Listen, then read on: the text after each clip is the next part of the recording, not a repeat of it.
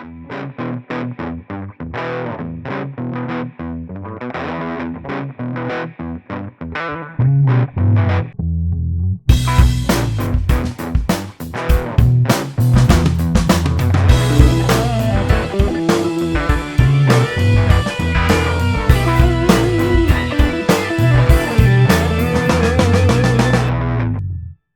welkom by Sela Wie. Baie welkom Koos. Dankie Hoe Gerard. gaan dit met jou? Nee, dit gaan baie goed. Dit gaan goed. Ons is in die baie goed. 6ste dag van lent. Ja. Hoe gaan dit met jou lentreis? Nee, dit is 'n wonderlike reis. In alle erns, dit is 'n mens nou iets besluit wat vir jou nogal 'n beduidende iets is om te sê, goed, in hierdie tyd wil ek regtig iets opoffer of my losmaak van iets. Dan gebeur daar tog iets in 'n mens, né? Nee? Ja, beslis. Nou, ons is besig met hierdie reeks vryers, vriende en familie. 'n Reeks oor verhoudings en wat 'n wonderlike, baie praktiese reeks is dit nie vir ons almal nie. En as jy nie Sondag se preek gekyk het, wil ek jou nooi, gaan kyk op sosiale media, op YouTube, Facebook, ons app, selfs op die podcasts, is oral beskikbaar. En maak seker jy kyk daarna. Maar ons het hierdie, ons wyk so klein bietjie af van ons normale doen af hier by Sela Wie. Gewoonlik kyk ons 'n bietjie terug na Sondag se preek en ons praat van daar af, maar ons het hierdie jaar besluit om in hierdie tydperk van lent stil te staan elke week om te gesels oor hierdie lentreis. En dit is ons fokus vir hierdie tydperk. Maar dit is nie weg van die Sondag af nie, want hierdie lentreis help ons in baie fasette van ons lewens, ook selfs die fasette in ons verhoudings. Nou Koos het gister met ons gesels oor vriendskap. En dit was 'n wonderlike tyd saam gewees en asseblief gaan kyk daarna. Maar ons het nou, Koos, ons is nou in 6 dae in lent in en een van die fasette van lent wat seker een van die bekendste categoristics, hoe is die woord nou uit my kop uit? Eienskappe, dis ja, as 'n woord net wegraak. Okay, maar een van die groot eienskappe van lent is om te vas. Dit is ook een van die ander woorde, een van die name van lent is die vaste. En die 40 dae wat opbou na Paasnaweek toe, mimiek dit amper die 40 dae wat Jesus gevas het in die woestyn. En ons word genooi in hierdie tyd om dan ook nou te vas. Maar wat is hierdie vas? Wat is dit werklik? Hoekom doen ons dit? Wat is die waarde van hierdie vas, wat jy nou net ook genoem het? Wat is dit werklik? En ek wil ons het vanoggend bietjie oor dit gesels, oor wat is vas nie, en wat is soms die dinge wat ons soms doen in die vas, wat ons amper potjie in die vas tydperk, en wanneer is vas vir ons 'n groot geskenk? Ons praat net so oor algeheel, oor wat doen ons in hierdie tydperk van lent as dit kom by vas? Ja, Gerard, ek dink dis 'n baie belangrike vraag. Nie net tydens lent nie, maar in die algemeen oor vas. En daar in die Ou Testament is 'n wonderlike hoofstuk oor vas, waar mense eintlik vir die verkeerde redes vas. In die konteks van Jesaja 58 is die volk was voorheen in ballingskap in 'n vreemde land. Nou is hulle terug in hulle eie land en natuurlik hoop hulle al sal nou sommer onmiddellik goed gaan maar nou is daar baie sosiale probleme en daar is nie onmiddellik voorspoed nie en alles verloop nie soos hulle gehoop het dit is nie. En nou Jesaja 58 is nou in daardie konteks en die profeet praat met die volk. Wat die volk daar doen, is hulle begin hulle nou wend tot, jy weet, godsdienstige rituele. Ons die Here moet ons nou help in hierdie moeilike tyd. En kyk wat sê hierdie profeet, alles behalwe wat hulle wil hoor. Hy sê vir die volk, dat die Here sê van die volk, vers 2, hulle soek my dag vir dag, hulle het 'n behaag in kennis om te verstaan, kennis van my weë. So hulle is baie leergierig, of sê nou maar oor die skrifte ensovoorts. Soos 'n nasie wat geregtigheid doen en die reg van God nie verlaat nie, vra hulle na die regverdige verordeninge. Hulle het 'n behaag, sê die ou vertalings, nou ou woorde, in die toenadering tot God. So hulle wend hulle nou tot godsdiens. En maar die dinge verander nie. En nou vra hulle in vers 3, maar waarom vas ons? En u sien dit nie. Waarom kwel ons siel en u weet dit nie eers nie. So hierdie volk sê wel, dinge moet regkom. Ons gaan vas. En ons gaan tempel toe. En ons gaan ons kan nie so in hierdie chaos en sê nou maar hierdie armoede en hierdie moeilike omstandighede bly nie. En nou kom Jesaja hier en hy sê maar hoor hier, julle vas verkeerd en vir die verkeerde redes. Daar is natuurlik sekerlik 'n aspek van vas waar jy sê ek gaan nou vas want ek het 'n groot versoek.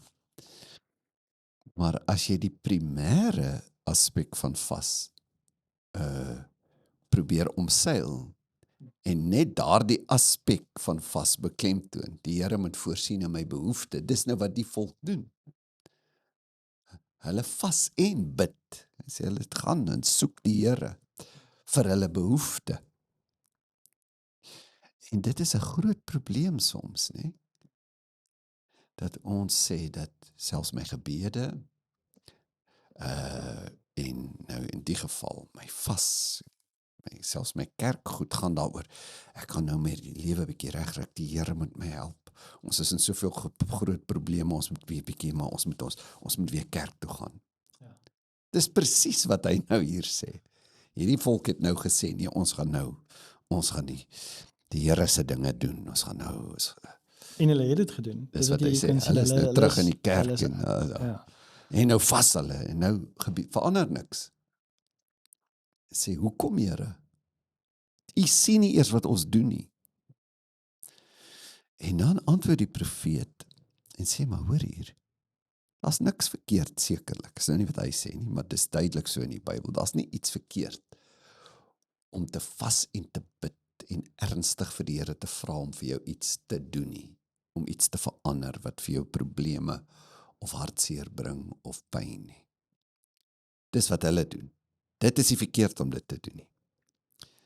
Maar dit is verkeerd as jy net dit doen en nie die primêre rede van na God toe kom nie.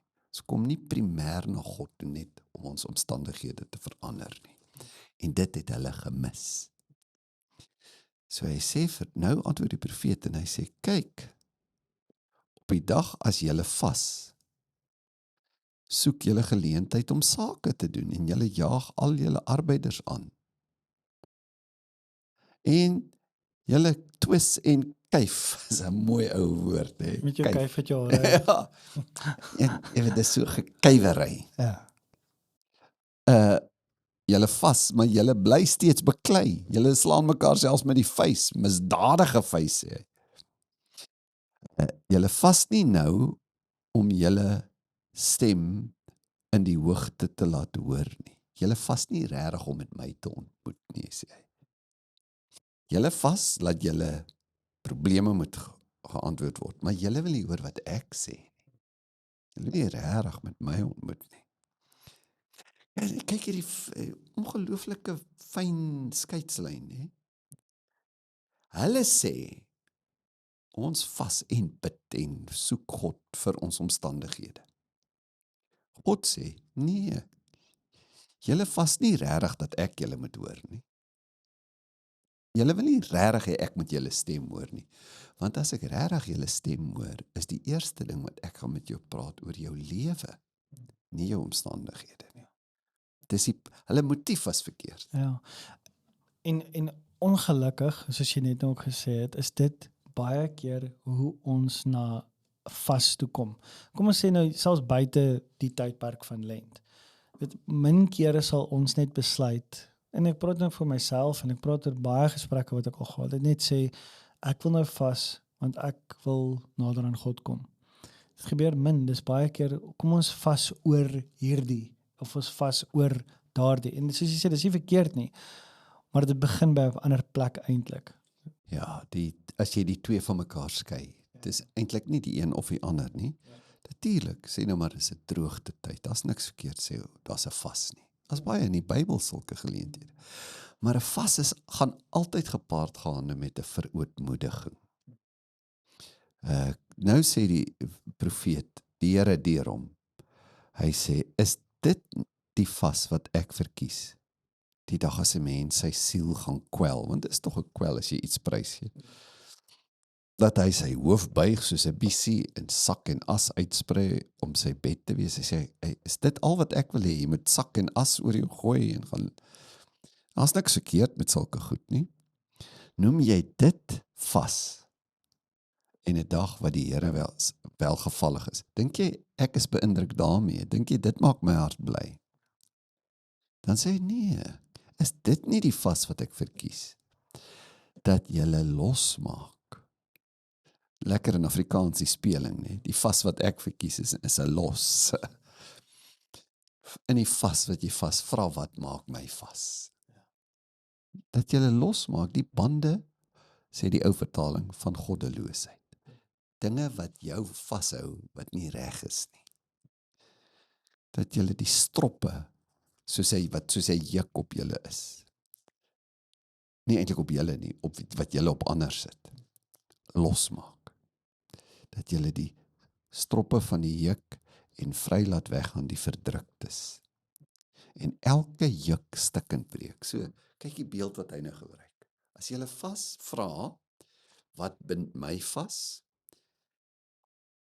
En as daar iets in my verhoudings verkeerd is, hoe maak ek 'n ander mens se lewe? Waar kan ek, en dit is vir my goed dat ons verhoudingsreeks nou inpas by die vastheid. Here, waar lê ek 'n juk op 'n ander mens se lewe?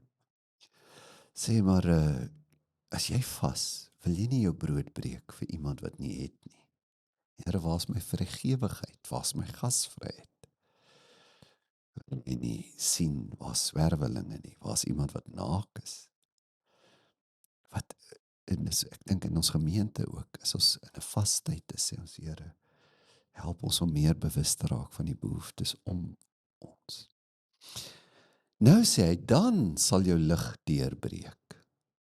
En dan sal ook, as jy primêr aandag gee aan, Here, werk met my, dan sal jou omstandighede 10-10 ook verander. Dan sal jou genesing skielik uitspruit. Die feit dat hy sê dat jy gevra het, Here, maak dinge binne in my reg. Hy sê, jou geregtigheid sal voor jou uitgaan.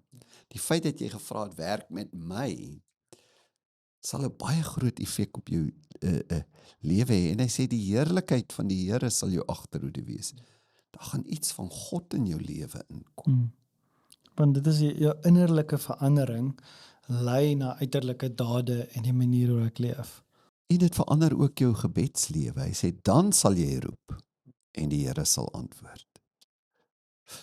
Want jy het nie primêr gevra net, Here, voorsien vir my nie. Jy het gesê, Here, werk met my. Die twee loop hand aan hand. Jy sal skree om hulp en hy sal sê, hier is ek.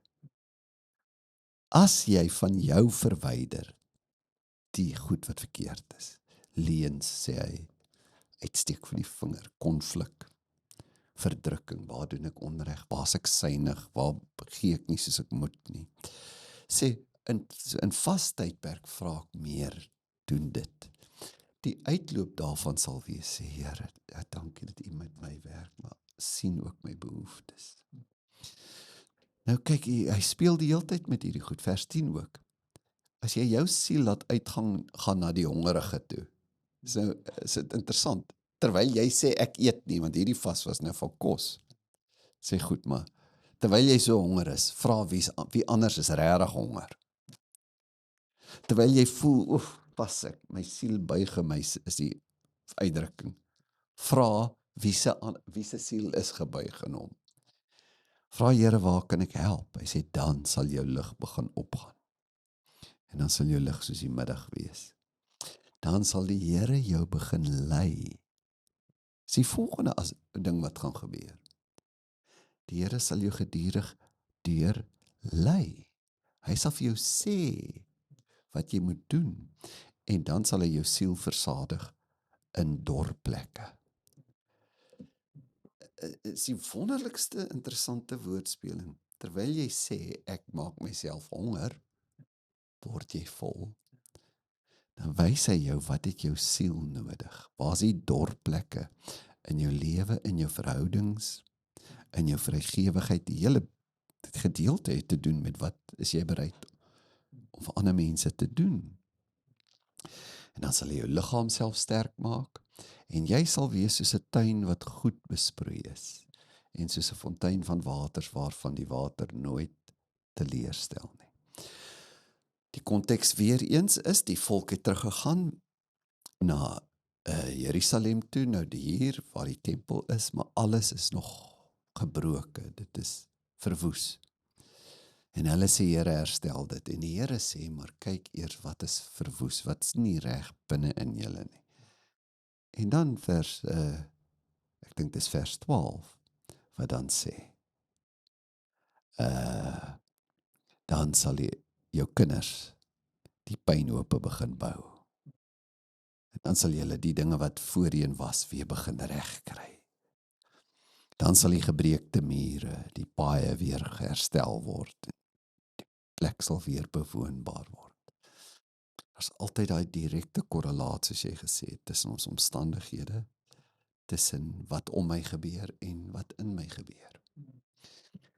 Maar hier is 'n risiko, Gerard, om dit se muur sommer net, hoe sal ek sê, as vanselfsprekend te aanvaar dat jy die ding ook kan omdraai, dan word dit baie donker. Wat ek bedoel hiermee is, om te sê, wanneer ek God toelaat om in my te werk, sal dit altyd 'n effek hê op wat om my aangaan. Maar om nou dit ook om te draai te sê, maar wanneer dit om jou of in jou lewe om jou sleg gaan, dan gaan dit ook in jou sleg. Dan word dit iets verskriklik donker. Dan is elke mens wat siek is, of wat 'n probleem het, is ons as gelowiges se hoogmoedige uitspraak. Ja, dat's fout in jou lewe. Dis die rede dat dit met jou sleg gaan. En dis baie gevaarlik. En dis uit en uit verdienste mentaliteit. Ja. Ek moet hierdie doen, sodat dit kan goed gaan met my. En dit is nou maar ongelukkig hoekom die verkeerde idee van vas so gesetel is. Want dit is, sonder dat ons dit eintlik probeer doen, is dit een van ons grootste uitdagings as gelowiges, om regtig weg te breek van die verdienste uitkyk, mentaliteit, om te sê dat, weet jy, ek moet dit verdien om dit te kan kry. Presies dit, maar dit geld nie net vir vas nie, dit geld vir hoekom ek in 'n gemeente is, hoekom ek die Bybel wil bestudeer, selfs hoekom ek bid. Hoekom bid ek? Die primêre doel van gebed is om myself oop te maak vir God, om met hom te ontmoet, om na sy stem te vra. Daarom kan ek nooit 'n gebedslewe skei van 'n lewe wat ook na die skrif toe gaan nie. Here, ek lees die Bybel, daar is sekerlik 'n pligaspek daarin, maar die dieper motief is, Here, dis maar my vlees wat nou nie wil nie, wat sê, nee, maar nou moet ek, maar die plig, daar kan plig my dien, maar die diepste ding is, ek wil hoor wat U sê, praat met my, werk met my, laat die skrif my gedagtes verander, my fokus, my motief, laat dit met my praat oor my verhoudings, dieselfde met gebed. Here, ek praat met U, maar selfs die volgorde van die Onse Vader. Begin alles by ontmoeting, Onse Vader, wat in die hemel is, ek kyk nou eers weg van hier af, na U toe. Laat U naam geheilig word. Ons het nou die dag daaroor gepraat. Maar daai hele vers is eers hier binne. Here, waar moet U heers, laat U koninkryk kom? Waar moet U wil geskied, soos in die hemel, so ook hier op aarde? Nou bid jy bid nie nou oor China nie, jy bid jou aarde, waar jy bly. Here, wat moet verander hier? Eers dan, U naam moet geheilig word, ons Vader in die hemel, ons Vader, U koninkryk, u wil, nou my daaglikse brood. Ja. As dit kom by vas, hou ek van wat Dallas Willard gesê het. Hy sê, the purpose of fasting is not to punish the body. It is not to earn anything. It is not to prove anything. It's not to manipulate God. Instead, it is an act of surrender that leads to deeper intimacy with God. En dis die ding van die geheim van geheim is seker die verkeerde ding om te sê, maar ek verstaan wat ek bedoel, van vas, gaan nie eintlik oor die onthouding van dit nie. Dit is wat maak ek met daai spasie wat nou leeg is. En as daai spasie gevul word met wie God is, begin ek ek dink as Augustinus het ons gesê, we need to reorder our loves. Ons moet dit wat vir ons werklik lief is, wie God is, die rangorde van ons lewe in plek kry. En dan gaan dinge begin anders te lyk. Ek gaan anders te kom na my versoek toe dalk selfs, wanneer ek nader aan God beweeg. My versoek verander dalk selfs, wat ook al die versoek nou maar is. Dit wat vir my belangrik is verander, want ek is nader aan hom. Ja, dit ontmoedig ons nie om te sê, Here, gee my daaglikse brood. Maar ek gaan dalk vir minder koek vra. Jy weet, my versoek kan verander soos jy sê, maar ons het altyd vrymoedigheid om te sê, Here, sien hierdie nood, sien hierdie. Maar die primêre vertrekpunt van gebed en vas is altyd, Here, hier is ek. Wys my hoe ek lyk, praat met my. Hier verootmoedig ek my. Hier kom ek u ontmoet. Dit is so half asof jy die vas is amper soos 'n spieël wat opgesit word in hierdie tydperk. En sê, Here, wys vir my waar moet ek hier werk in my binneste en wie ek is. Wys vir my iets van myself en help my. Ja. Bring my op 'n plek van buig in hierdie, laat ek dit neerlê voor u. En dit is, ek het 'n kleintjie dood en ek as mens, en dit gebeur ongelukkig, maar net, dit is so in ons ingebou, dat daar's iets van ek gaan God se arm draai, terwyl ek nou hierdie gaan, ek onthou nou hierdie kos, ek gaan nou ophou eet vir 40 dae, want ek wil God se arm draai, ek wil hy moet hierdie doen en raak sien. En dis die verkeerde vertrekpunt. Absoluut, ja. So as ons in hierdie tyd is, wanneer jy nou iets prysgegee het, sê nou maar is tyd op die sosiale media, en as jy jou foon vat om daar na Facebook te gaan, en jy dink, maar is mos lent. Ek het dit besluit, nee. Soos jy sê, vul dit met iets anders, sê Here. Soos ek nou hierdie Facebook wou oopmaak, maak ek my hart nou oop. Hierdie oomblik gee ek vir u, of ek bid vir iemand. Dis so die ding is nou nie die Facebook ding nie. Nou voel ek goed, ek het dit nou weerstaan nie. Dit is, wat doen dit aan my? Of dit kan selfs 'n stuk belydenis word, nee? Here, ek besef ek is eintlik te vas hieraan. Dis goed ek moet nou vas, want ek is te vas. Wys my, so wat gebeur binne in my oor hierdie 40 of 46 dae eintlik? En wat gebeur as jy nou die ding doen soos die oorspronklike kerkleiers gesê het, dis nou vroeër gemaak, sodat jy die Sondag kan fees. Wat gebeur op daai feesdag? Vergryp jy jou nou? Dit wys ook iets vir jouself in die hele proses. Nee, ek dink is 'n baie, baie wonderlike ding wat die kerkleiers soveel eeue terug besluit het om hierdie seisoen eenkant te sit. Dit werk diep in 'n mens as jy dit vir die regte rede doen. Ek dink as jy aan die einde van so 'n tydperk van vaskom en jy het nie die ervaring van ek het nou werklik ek is nader aan. Ek is nader aan God. Voel nader aan sy wil. Nader aan myself, nader aan 'n bewustheid van wie ek is. Ja, en net God kan dit vir my wys. Ja. Hy kan vir my wys wat is die tekorte, want ek meet myself teenoor wie hy is. As dit nie so is nie, dan jy net 'n baie lang tydperk van honger of min sosiale media. Jy kan definitief opvolg met 'n groot vergrype. Dan gaan die vas eintlik teenproduktief wees. Ja. So die uitnodiging is om te sê, Here, wys vir my wat is hierdie dinge waarin ek moet vashou, waar ek eerder aan U moet vashou. en ek dink die hele punt van ons het al so baie gesê, die Fariseërs het al die regte dinge gedoen, maar hulle het nie die agter die hart agter dit gekom nie. Hulle het heeltemal die punt gemis. En mag ons nie soos die Fariseërs wees as dit kom by vas en in hierdie tydperk nie. Om hierdie gebed te bid, Here, wys vir my dit, hoe ek nader, wat is die dinge wat maak dat ek sukkel om nader aan U te kom?